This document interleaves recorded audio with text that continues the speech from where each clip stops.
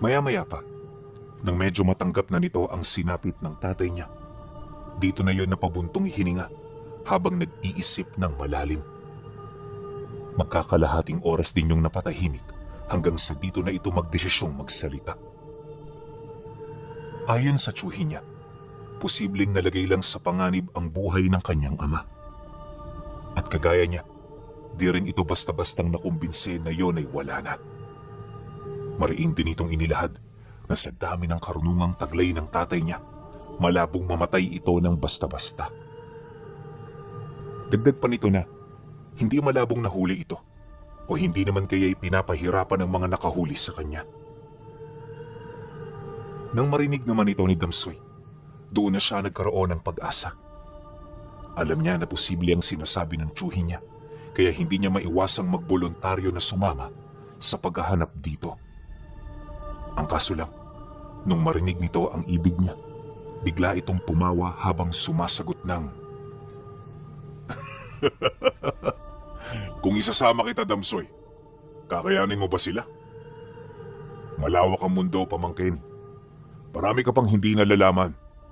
At sa edad mong 22 anyos, malabong isipin ko na meron ka ng ideya sa kung ano ang gusto mong pasukin. Ako na lang maghahanap sa tatay mo. At ang gawin mo, manatili ka rito sa bahay ninyo para matulungan ang nanay mo. Nagkakaintindihan ba tayo?" Nang marinig ni Damsoy ang sinabi nito, bigla siyang natahimik. Sa tono ng pananalita, mukhang pilit siya nitong sinisindak. Alam din niyang seryoso ito sa mga sinasabi, kaya naman di na siya nagpumilit. Pero ang hindi alam ng kanyang tsuhin, di doon magtatapos ang kanyang kagustuhan na sumama rito. Kaya naman sa loob ng 3 araw na pananatili nito sa kanila, paulit-ulit niya itong kinulit kahit irritable na ito sa kanya. Minsan may mga pagkakataong inaambahan na siya nito ng sapak pero hindi siya natitinag. Ipinapakita niya rito ang kanyang tapang at ang kagustuhan niyang mahanap ang kanyang ama. Ngunit sa kabila ng lahat ng iyon, hindi pa rin nagbago ang desisyon nito. Kaya ilang oras bago ito umalis, dito niya na ginawa ang mga bagay na alam niyang pagsisisihan niya sa bandang dulo. Kahit walang permiso nito, matapang siyang nagligpit ng kanyang mga gamit. At pagtungtong ng hapon, hinintay niya yon sa labas ng bahay kahit paulit-ulit na siyang pinapagalitan ng kanyang ina. May mga pagkakataon ngang dinadarag na siya nito papaloob ng bahay pero hindi siya nagpapasintak. Pilit niya roong ipinapaunawa kung bakit niya ito ginagawa at kung bakit yun mahalaga sa kanila. Habang nagkakagulo sila sa labas, bahagya naman silang natigilan nang makita nila ang tsuhin niyang naglalakad papalapit. Pagharap nito sa kanya, agad yung umupo sa kanyang kinaroroonan habang tahimik na nakatitig sa kanyang mga mata. Nung masipat niya ang ginawa nito, di naman niya yon inurungan. Tinitigan niya yon ng walang takot para maipakita na desidido rin siya sa ibig niyang mangyari. Nang mapagtanto naman yon ng tsuhin niya, unti-unti itong napangisi habang nagwiwika sa kanya ng, "Talaga bang desperado ka na mahanap ang tatay mo? Papayagan kitang sumama, Noy, pero hindi ko mapapangako ang kaligtasan mo. Kung handa ka mamatay, at kung nananawa ka na sa buhay mo, tumayo ka dyan at pasanin mo ang mga gamit mo." Pagkarinig niya sa sinabi nito, dali-dali niya yung ginawa.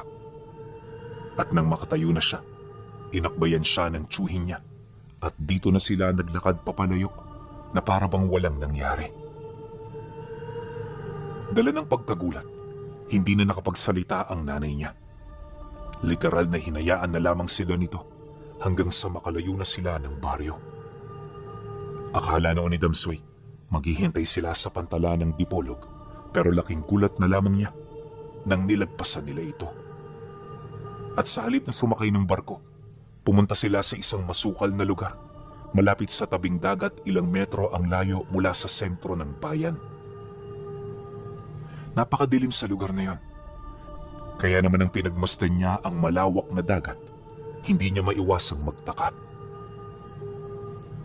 Tiyo, anong gagawin natin dito? Akala ko ba tatawid tayo ng Negros? Bakit dito tayo naghihintay? Nagtatakang tanong niya sa tsuhin niya. Nang marinig nito ang kanyang sinabi, hindi siya nito inimik. Imbis na makipagsagutan, nanatili lang itong nakaupo habang pinagmamasdan ang malawak na sakop ng dagat. Ilang minuto pa ang lumipas, nagsimula na silang maghapunan. Normal pa ang mga nangyayari noong mga sandaling yon, kaya hindi niya inaasahan na makakasilay sila ng hindi pangkaraniwan.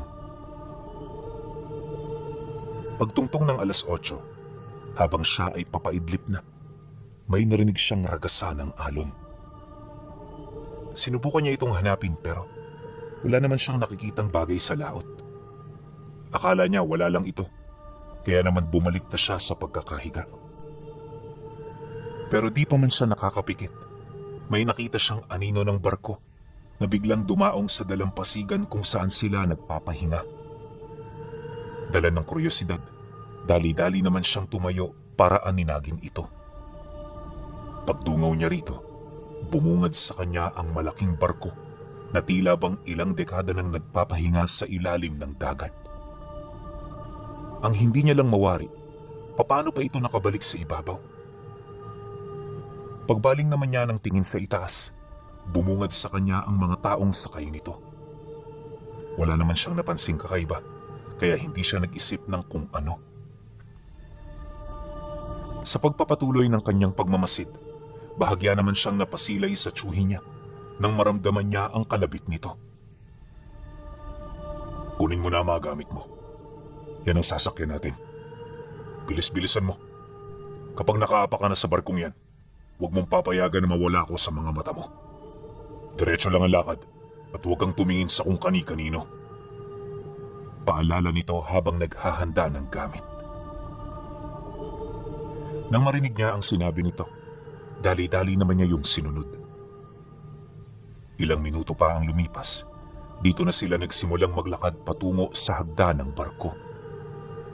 Pagkakit nila rito, sumalubong sa kanilang iba't ibang uri ng ingay. Ayon sa kanya, na sa mga sandaling yon hindi lang mga nagkakasiyahan ang narinig niya. Meron din doong nag-aaway, nagtatalo, at ang nagpatayo sa kanyang balahibo, yung mga boses ng taong parang nagdarasal na sa mga demonyo.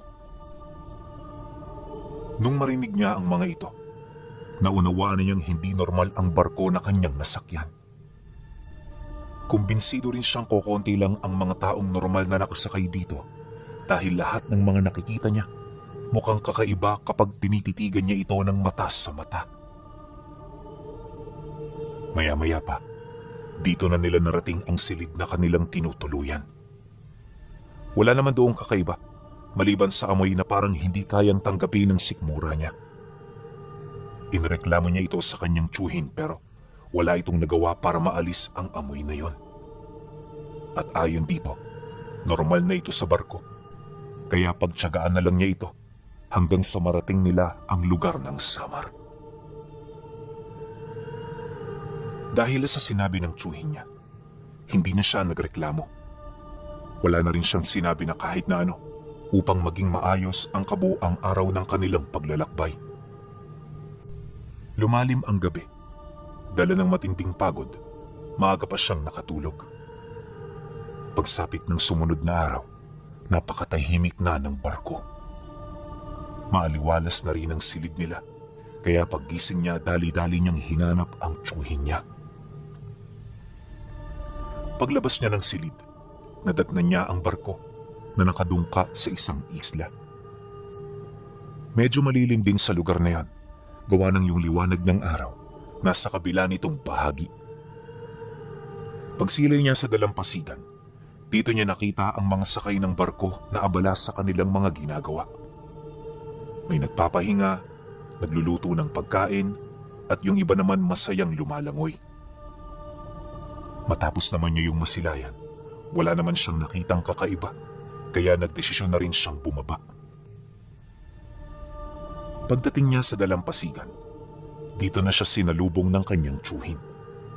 Agad siya nitong dinala sa kanilang pwesto kung saan nakakapagluto na rin ito ng kanilang pagkain. At habang nakaupo sila sa lugar na yon, tahimik nilang pinagmasdan ang lahat ng kasabayan nilang pasahero.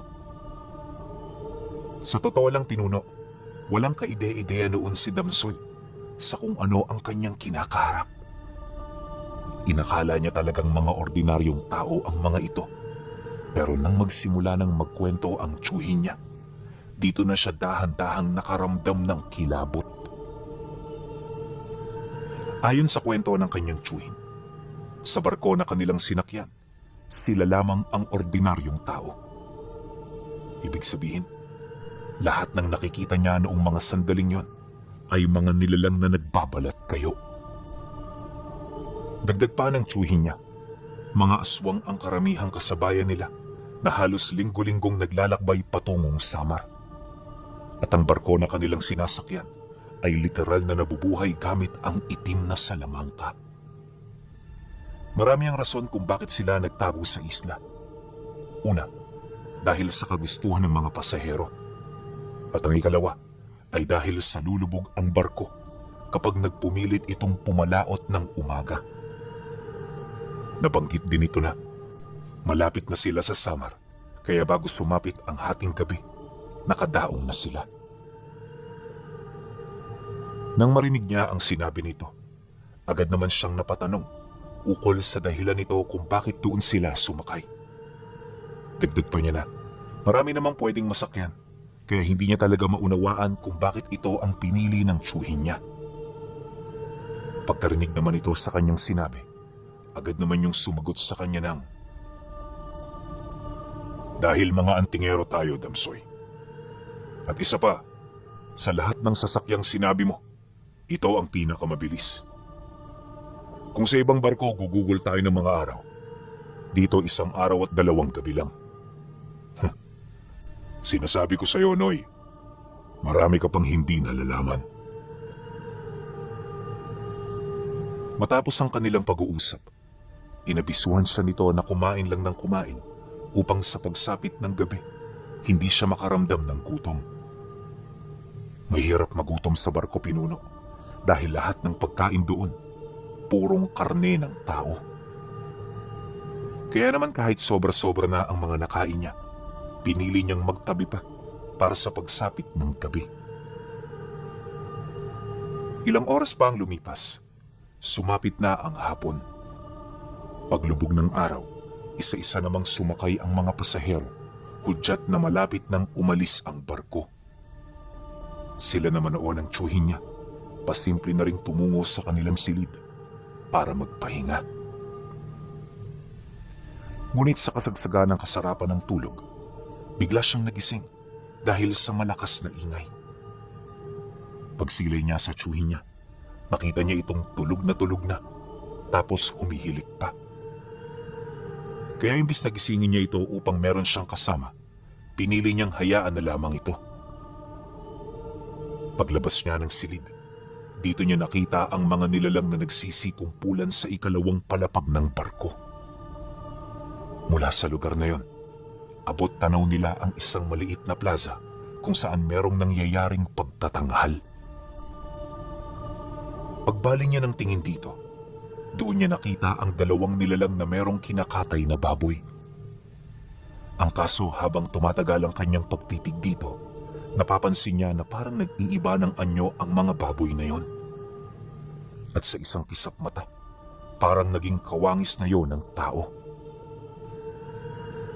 Dala ng pagkagulat ni Damsoy, nagmamadali siyang tumalikod para bumalik sa kanilang silid. Pero nang akmang aalis na siya, sinalubong siya ng 2 lalaki na may itim na mga mata. Kapansin-pansin din ng mga dilaw nitong ngipin na walang sawang nakangisi habang nakatitig, senyales na may masama itong binabalak. Nang masipat naman ito ni Damsoy, agad niya yung hinawi para makadaan, pero di siya nito pinahintulutan. "Ano ba ang problema ninyo? Padaanin niyo nga ako!" Galit na wika niya sa nilalang. Yun nga lang, nang marinig nito ang kanyang sinabi, mas lalo pa siya nitong tinulak at pinagmatigasan. May mga pagkakataong ding sinusubukan siya nitong ihulog sa unang palapag, pero hindi nila ito magawa-gawa dahil sa higpit ng kanyang pagkakakapit. Maya-maya pa, nang mapuno na sa kanya ang dalawa, dito na nito ipinakita ang malalapad nitong bunganga. Paulit-ulit siya nitong sinusubukang sakmalin hanggang sa bigla na lamang may sumapak sa mga ito. Pagtilapo ng dalawang nilalang, dito niya nakita ang tiyuhin niya na siyang sumuntok sa dalawa. Pagbaling niya ng tingin sa kamao nito, may nakita siyang rosaryo na umuusok. Dahan-dahan na ring nawawala ang dugo ng dalawang aswang sa kamay nito hanggang sa tuluyan na itong naglaho. Matapos ang pangyayaring yon, lahat ng mga manonood ay nagulat sa pagtilapo ng dalawa. Maraming kadugo nito ang nagalit, pero nang masipat nito ang tiyuhin niya, pilit yung kumalma. Ni isang nilalang sa barko ay hindi nagkaroon ng lakas ng loob para pagtulungan ito. Nang mapansin naman yun ng tiyuhin niya, dali-dali naman siya nitong hinawakan habang nagwiwika sa mga nilalang ng, "Ano sa tingin ninyo? Bakit kami lang ang tao sa barkong ito? Hindi ba kayo marunong mag-isip? Gusto niyo bang isunod ko kayo sa dalawang yun?" Pagkasambit nito ng mga kataga, agad itong tumitig sa kapamilya ng dalawang nilalang na kasalukuyang wala pa ring malay. Dahil sa ginawa nito, napayuko lang naman ang angkan, indikasyon na wala yung hangad na makipaglaban. Nang mapagtanto naman yun ng tiyuhin niya, tsaka pa lamang sila umalis sa lugar. At nang makapasok na sila sa loob ng silid, doon pa lamang siya nito pinagalitan. Ayon sa tiyuhin niya, pasalamat lang siya dahil narinig nito ang boses niya. Dahil kung nataong naunahan siya ng mga nilalang, hindi na siya aabutan ng susunod na araw. Pagtatapat pa nito na, katakot-takot ang sinasapit ng mga biktima na nahuhulog sa kamay ng mga ito. Kaya para hindi niya yun maranasan, kailangan niyang magdoble ingat. Nang marinig niya ang sinabi nito, tumangulang naman siya kasabay ng paghingi niya ng tawad. Ilang minuto pa ang lumipas, narating na nila ang lugar ng Samar. At kagaya ng inaasahan, dumaong ang barko sa isang liblib na dalampasigan. Malayo ang lugar na yon sa mismong bayan, kaya mula roon, naglakad pa sila ng ilang oras para makarating sa pinakamalapit na baryo. Bandang 8:00 na ng umaga nang makarating sila, kaya naman binuhos nila ang kabuuan ng araw sa pagpapahinga. Pagpatak naman ng gabi, pinag-aralan na nila ang lugar na kanilang narating. Tinanong nila ang lahat ng nakakaintindi ng dialekto nila upang magkaroon sila ng ideya kung saan na sila paparoon. Matapos nila itong gawin, nakakuha sila ng kakarampot na detalye ukol sa mga lugar na maaari nilang puntahan. Ayon kay Damsoy, napakahirap ng kanilang sitwasyon dahil sa masyadong malawak ang Samar. Idagdag mo pa rito ang kasalatan nila sa impormasyon sa puntong hindi na nila mawari kung saan sila magsisimula. Mabuti na lang talaga, tuso at napakatalino ng tiyuhin niya. Marahil inaasahan na nitong mahihirapan sila sa paghahanap, kaya nagdala ito ng damit ng kanyang kapatid na pwede niyang mapagkunan ng sarili nitong amoy. Yun ang ginamit niya upang matunto ng asong minanipula nila ang eksaktong kinaroroonan ng tatay niya. Bale, mag-iisang linggo rin silang naglakad hanggang sa marating nila ang baryo na kokonting tao lamang ang nakatira. Pagpasok nila rito, agad niyang napansin ang kakaibang wangis ng mga taong nakatira roon. Bagaman taong paningin niya rito, masama ang kanyang kutob na maaaring hindi ito totoo. Bukod kasi sa nakaranas na siya ng kababalaghan, nailahad na rin ng tiyuhin niya ang tungkol sa pagbabalat kayo ng mga nilalang. Sa pagpapatuloy ng kanilang paglalakad, dito na nila unti-unting napapansin ang pagtitipon-tipon ng mga taga roon. Habang nakatayo ang mga ito, nasisipat nila na nagbubulungan ang mga ito sa kanilang mga katabi.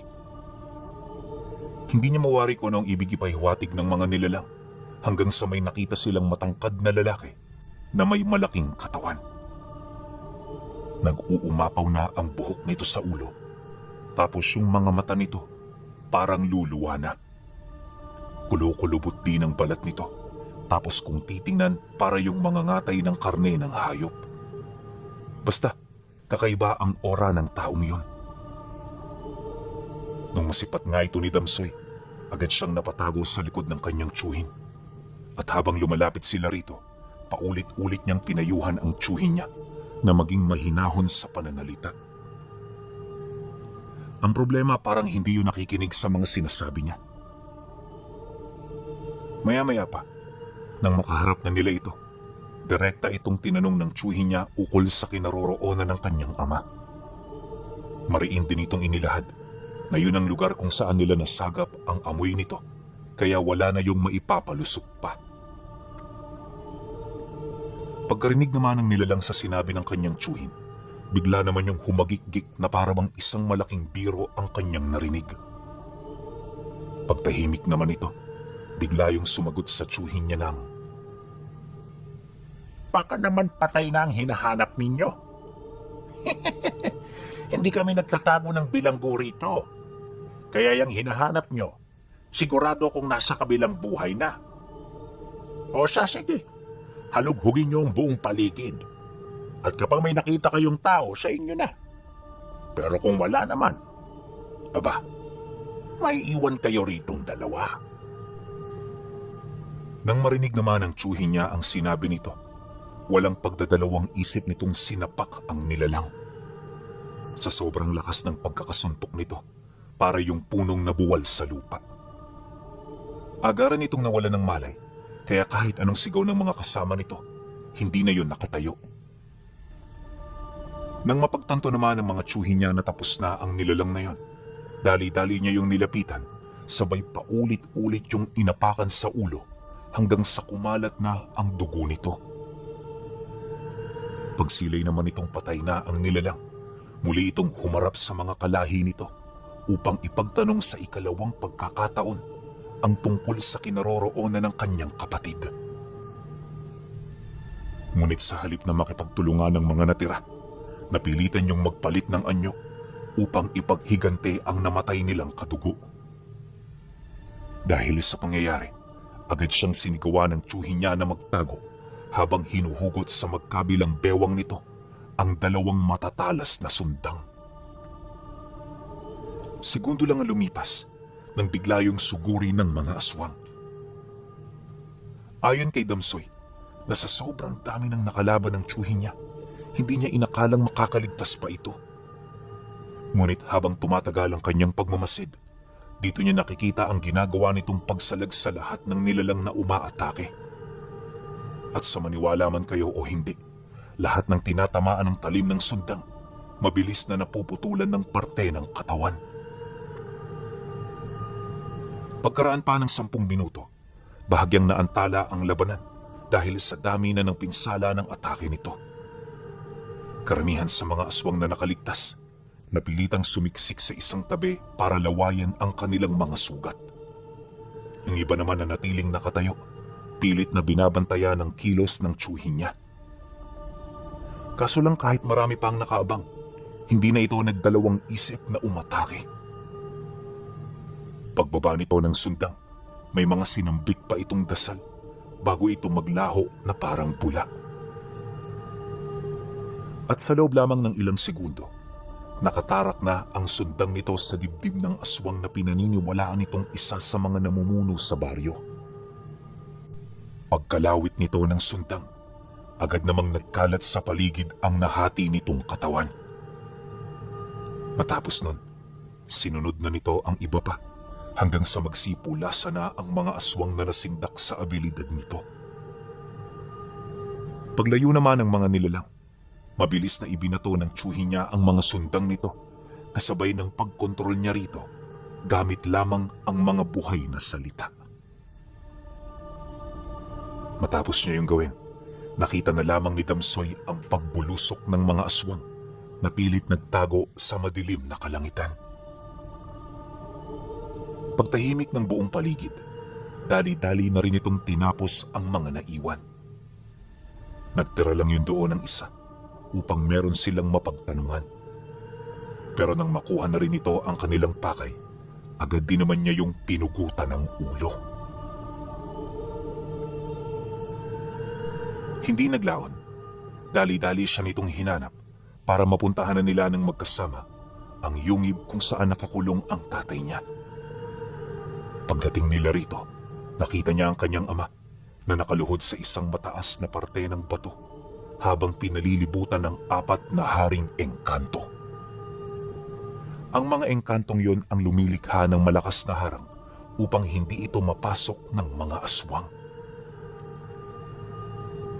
Nang masipat naman yon ang tsuhin niya, may kinuha itong bato sa bulsa nito na siya namang isa-isa nitong ipinakain sa mga haring engkanto.